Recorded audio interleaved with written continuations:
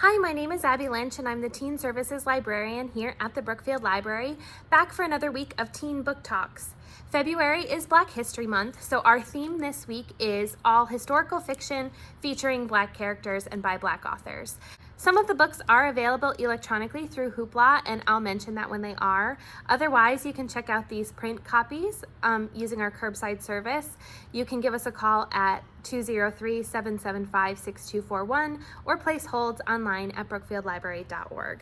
So I'm going to get started. Our first book is The Black Kids by Christina Hammonds Reed, and this is actually pretty new in the collection. I think it came out in the fall. Los Angeles, 1992. Ashley Bennett and her friends are living the charmed life. It's the end of senior year. Everything changes one afternoon in April when 4 LAPD officers are acquitted after beating a black man named Rodney King half to death. Suddenly, Ashley's not just one of the girls, she's one of the black kids. As violent protests engulf LA and the city burns, Ashley tries to continue on as if life were normal.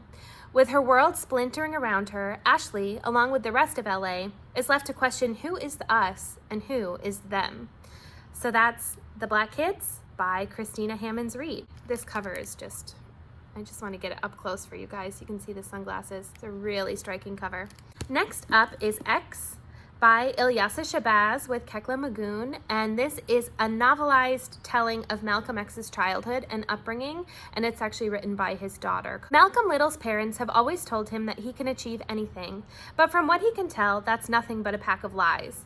After all, his father's been murdered, his mother's been taken away, and his dreams of becoming a lawyer have gotten him laughed out of school. There's no point in trying, he figures, and lured by the nightlife of Boston and New York, he escapes into a world of fancy suits, jazz, girls, and reefer. Malcolm's efforts to leave the past behind lead him into increasingly dangerous territory, when what starts as some small-time hustling quickly spins out of control. Deep down, he knows that the freedom he's found is only an illusion, and that he can't run forever.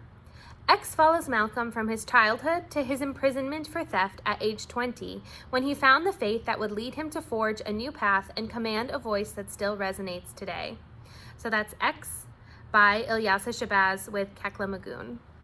Next up we have It All Comes Down to This by Karen English. I think this one would be good for tweens and middle schoolers as well. So if you're reading from the tween section, it doesn't have the orange tape, but I think this would be a good one for you.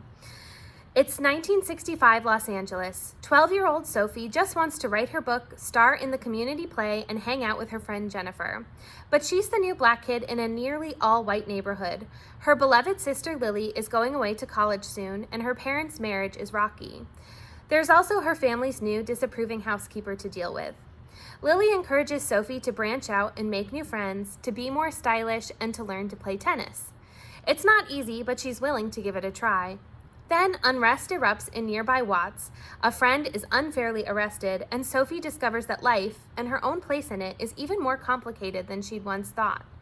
And this is It All Comes Down to This by Karen English. It's also available in ebook format on Hoopla, but the cover's a little bit different, so keep an eye out for it when you search. Next up, we have Crossing Ebenezer Creek by Tonya Bolden. Tonya Bolden writes a lot of historical fiction, and she also writes a lot of great nonfiction about Black history, so you can check out.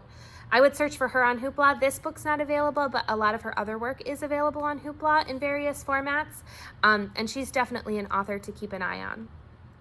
This one, Crossing Ebenezer Creek, is one that you're going to want to have your tissues handy for.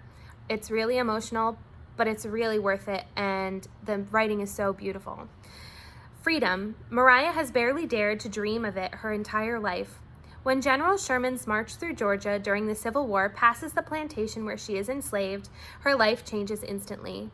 Joining the March for Protection, Mariah heads into the unknown, wondering if she can ever feel safe, if she will ever be able to put the brutalities of slavery behind her. On the march, Mariah meets a young man named Caleb, and a new dream takes root.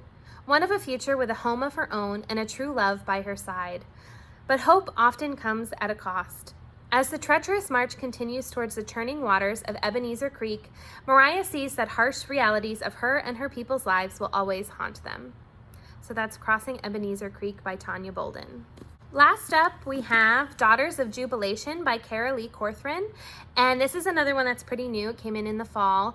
And I know historical fiction's not everyone's cup of tea. So this is historical, but it's historical fantasy where there's some magic involved. If you need a little bit of fantasy or magic sprinkled into your historical fiction, this will be one for you to check out. In the Jim Crow South, white supremacy reigns and tensions are high. But Eveline Deschamps has other things to worry about. She has 2 little sisters to look after, an overworked single mother, and a longtime crush who is finally making a move. On top of all that, Evie's magical abilities are growing stronger by the day. Her family calls it Jubilation, a gift passed down from generations of Black women since the time of slavery. And as Evie's talents waken, something dark comes loose and threatens to resurface. And when the demons of Evie's past finally shake free, she must embrace her mighty lineage and summon the power that lies within her. So that's Daughters of Jubilation by Corthron. So that's it for this week. I hope you found something that you're looking forward to checking out. You can find us online at brookfieldlibrary.org or call us at 203-775-6241 for any help with these or any other titles. And until next time, I hope you have a great week.